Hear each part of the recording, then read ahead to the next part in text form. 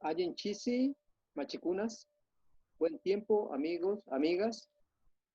En el día de hoy vamos a compartir palabra en torno al encuentro y desencuentro que se dio en el proceso de lo que conocemos como la mal llamada conquista de nuestra América, nuestra Atyayala. Para eso quiero comenzar leyendo un poema en lengua runasimi del libro El colibrí de la noche desnuda, de mi autoría, porque vamos a trabajar sobre memoria y me parece bonito comenzar con un poema. Causay, vivir. Causac mosomanta y chupampa yusikuñan kawasu. Causac mosomanta pichichuque sacarcoy. Causac mosomanta miskichimi guatayacuzga pagaspa. Causac mosomanta utunki. Ima purchauyapa sutin rimay. Ya anchik pulayam. Sutiyapikay. Pichupampa maskakuy. Pichichu yarabikunari. Ya pampagas miskichimi yatanakuy. Mana yarpak richachikok. Guaitanu wiñan. Guaitanu wiñan. Guaitanu wiñan. Tiene vida nuevamente el pajonal untado de mis sueños. Tiene vida nuevamente el pájaro gorrión desterrado de su nido. Tiene vida nuevamente la dulce palabra de noche florecida. Tiene vida nuevamente la duda del hermano. Algún día hablaré, diré, no estoy solo entre nosotros. Estoy aquí a la vista buscando en el pajonal y en los cantos del pájaro gorrión, desnudando dulces palabras en la noche, despertando al desmemoriado, floreciendo, floreciendo, floreciendo. Y para hablar del tema de que hoy, precisamente en este mes de octubre, hacemos memoria, que tiene que ver con esa llegada de los españoles a nuestro continente conocido como Avyayala, que nos dejó precisamente muchas situaciones de violencias, de conflictos, que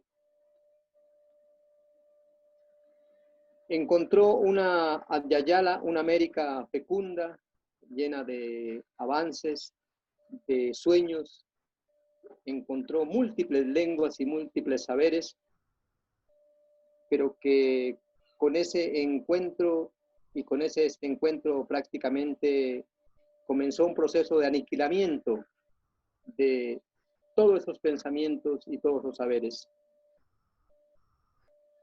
Entonces, quisiera recordar que hoy estamos en camino de no solamente hacer memoria, sino de hacer práctico ese trabajo de ir en camino hacia el fortalecimiento de nuestras lenguas amerindias. Específicamente en Colombia estamos haciendo camino y estamos sembrando semilla para que podamos lograr consolidar lo que hemos dado en llamar la Casa de las Lenguas Indígenas en Colombia, como una propuesta de 3 hermanos poetas que estamos unidos, que yo le llamo el quinto de la poesía, el poeta Guayú Vito Apuchana, el poeta Kamensá Hugo Jamioy, y en mi caso como poeta quechua, estamos en ese propósito y seguimos caminando, y este es un preámbulo para que esa Casa de las Lenguas Indígenas en Colombia sea una realidad.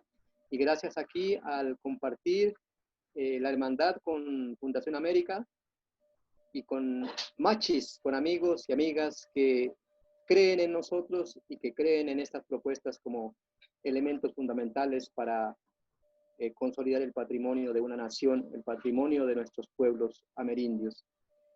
Y precisamente hablando de ese choque de culturas, Vamos a una imagen que tenemos por acá, que es como un recorderi sobre lo que fue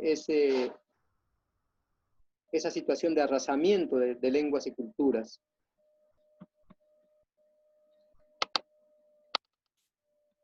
Vemos que cuando llegaron los conquistadores, encontraron un territorio bastante complejo en elementos de comprensión de mundos. No era solamente un mundo, estaban grandes culturas en avance, no solamente conocemos mucho de los mayas, de los aztecas, conocemos de los pueblos amerindios, de la lucha de los araucanos, pero en este territorio, antes de que estuvieran las fronteras y que conocemos como Colombia, pues había grandes avances en la cultura muisca, en las culturas de la parte andina, lo mismo la parte amazónica. Culturas que contemplaban el mundo de manera muy diferente, que tenían la posibilidad de integrarse entre el ser humano y la madre tierra, entre el cosmos y lo que es la esencia de la vida, ¿no? Había expresiones magníficas en lenguas y ritualidades que hasta el tiempo de hoy en algunos lugares conservamos, como las fiestas a la luna, las fiestas al sol. Nosotros les llamamos los raimis, que son las fiestas supremas que nos permiten conexión y agradecimiento a la Madre Tierra por todo lo que nos ha brindado. Estas lenguas para nosotros son lenguas que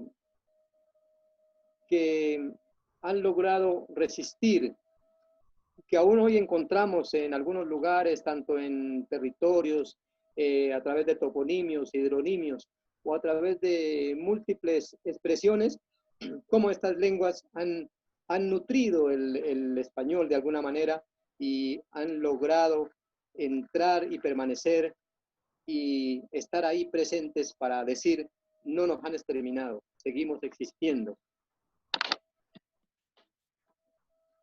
Es bueno recordar el trabajo del maestro John Landaburu, un machi francés que se radicó en Colombia y que ha venido trabajando y animando porque entiende, como muchos entendemos, que las lenguas están en peligro de extinción y que hay lenguas que han logrado sostenerse, pero hay otras que, como él mismo lo manifiesta, están resistiendo con 10 o 15 hablantes mayores que prácticamente están solitarios y que es necesario poner nuestra fuerza y nuestro corazón para ver cómo podemos ayudarnos, ¿no? En este tipo de lenguas hacemos énfasis mucho en las lenguas de la Amazonía, porque son lenguas que precisamente han sido estudiadas, en un tiempo fueron estudiadas por el Instituto Lingüístico Verano, que es un instituto norteamericano que se acercó a las lenguas, pero con el propósito de transcribir la Biblia y evangelizar, lo que generó una serie también de dificultades y también avivar en la extinción de esos conocimientos, ¿no? De los conocimientos propios de nuestros pueblos. Hablamos de lenguas en extinción como la lengua tinigua, la nonuya, carijona, la lengua pisámida,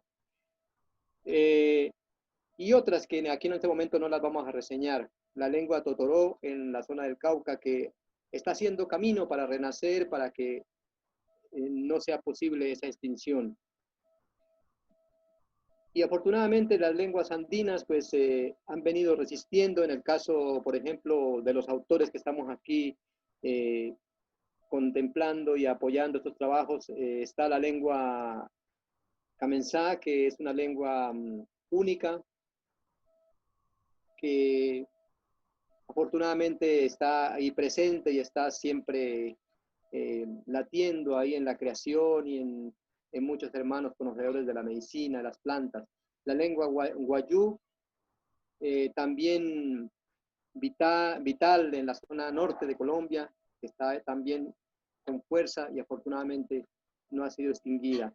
Y el quechua en América, que una lengua bastante amplia, continental, y que al sur de Colombia, en el caso de los yanacunas, los ingas, hermanos como los pastos, se están acercando y están haciendo renacer constantemente la lengua, los conocimientos y lo que contiene como pensamiento esa lengua, ¿no?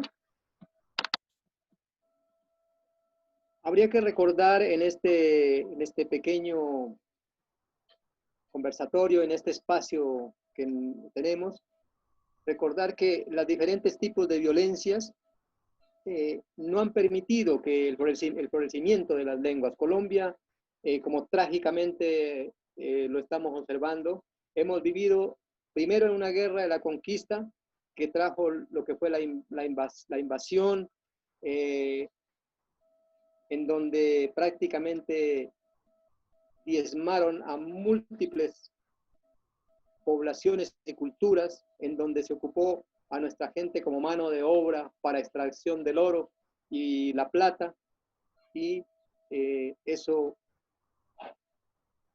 logró exterminar a muchos conocimientos.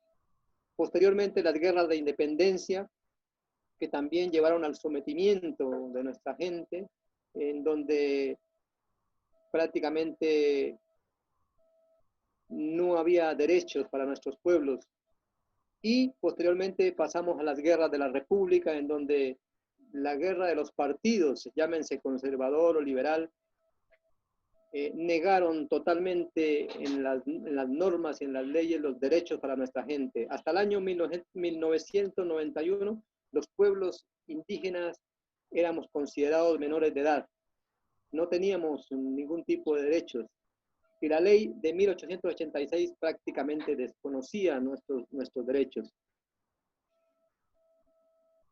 Con el tiempo hemos ido conjugando esas resistencias de diferentes maneras y hemos logrado sostenernos y avanzar. Pero específicamente en las lenguas estamos en un trabajo desde los creadores, desde los artistas, impulsando, moviéndonos, recreando muchos aspectos de la vida de nuestros pueblos, y pensamos que en este tiempo que hablamos de una paz, ojalá logremos centrar el camino hacia las lenguas y el renacer de creadores en los pueblos originarios, porque son elementos fundamentales, no solamente para nuestros pueblos originarios, sino para el patrimonio de una nación, para la riqueza de un país o de un continente. Son patrimonio universal.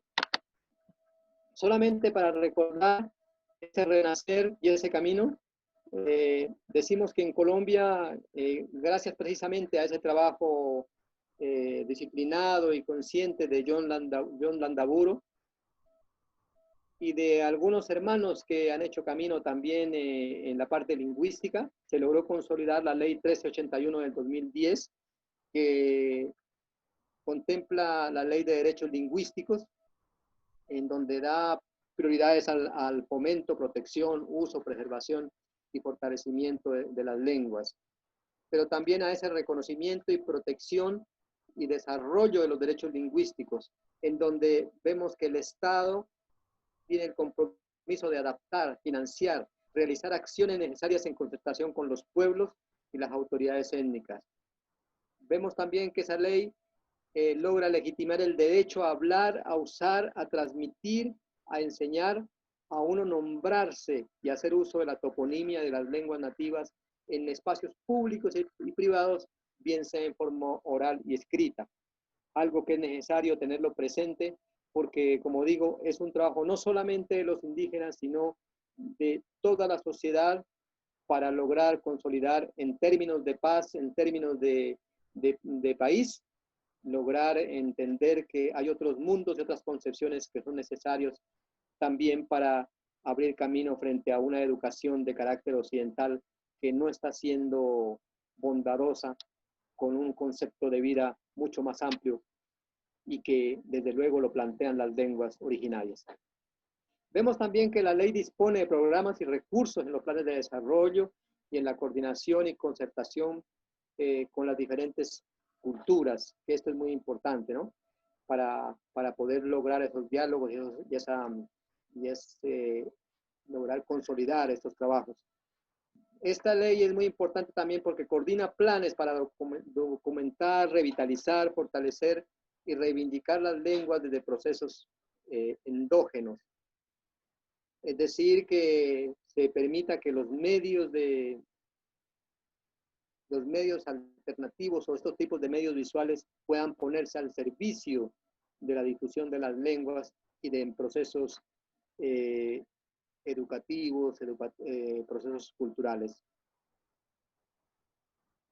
Vemos también que la ley nos permite la formación de investigadores indígenas y traductores e intérpretes, pero lograr también que sean los mismos pueblos originarios, que sean los mismos creadores de los pueblos originarios quienes retomen y se encaminen para avanzar en estos trabajos y empoderar a las nuevas generaciones. En ese sentido, la ley también contempla que el Estado se compromete a formular e implementar una política de salvaguardia en concertación con los grupos étnicos, no solamente en términos sociales, en términos económicos que son necesarios, sino en términos también de aportes y recursos para trabajos en lenguas indígenas, en creaciones. En eso estamos en mora y estamos poniendo esfuerzos para avanzar en este camino.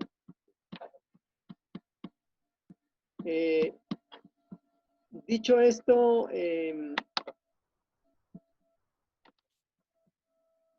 quiero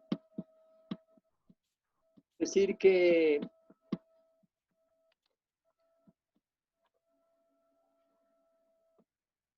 la poética, como la narrativa, desde la manera como nosotros lo estamos planteando, está siempre buscando acercarse al trabajo colectivo de los pueblos. Por un lado, tenemos los trabajos nuestros como creadores, que son trabajos solitarios, individuales, pero que no se apartan de lo colectivo, que están siempre, como lo dijera un poeta hermano, un hermano mapuche, andamos por las orillas de la memoria, buscando interpretar esos sentimientos de amor, de cariño, pero también de luchas de nuestros pueblos, y en ese sentido ponemos todo el corazón y todo el propósito para que esta semilla y esta siembra que estamos haciendo se logre sacar adelante. Sería la mejor manera de que esos choques culturales, esos choques, esas violencias que se han dado a partir de la llegada de la llamada conquista, podamos ponerle, como se dice, un camino mejor, lograr que, como decimos los cantores y los poetas, que si un día nos avasallaron con las armas, hoy es el momento para nosotros reivindicar y empoderar los espíritus a través de la palabra. Entonces, ese es nuestro llamado, esa es nuestra palabra y ese es nuestro deseo. Y voy a cerrar con un poema de un hermano de los que he mencionado, el hermano Vito Apuchana, él es guayú, en este libro que se llama Voces Originarias de Abyayala, en donde estamos los 3 poetas que estamos haciendo esta siembra.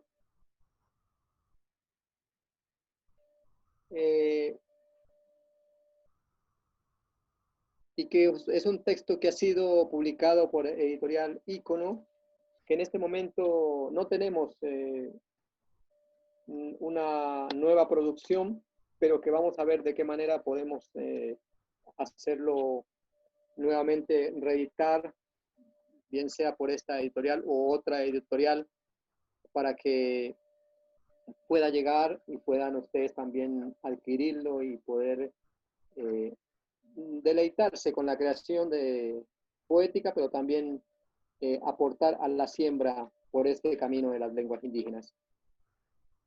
Dice nuestro hermano Vito, raíces. En los caminos de la ranchería materna escuchamos una voz de lejanos lugares que solo entiende el corazón sereno y recibimos una mirada que únicamente veremos en el sueño, y sentimos una presencia de infinitos ancestros que nos impide abandonar la piedra y el polvo de este sendero nuestro. Raíces. Volver a la esencia de nuestras raíces. Y la esencia de nuestras raíces es precisamente el contenido de pensamiento que está en las lenguas, las acciones, la preservación de los saberes, para que podamos decir a Colombia, a todos los espacios y a una Yayala, que en Colombia las lenguas existen, que el choque cultural sufrido durante la mal llamada conquista no nos ha aniquilado, que estamos presentes y que seguimos renaciendo.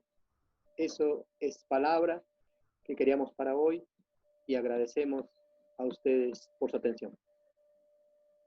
Yupay Chan, muchas gracias.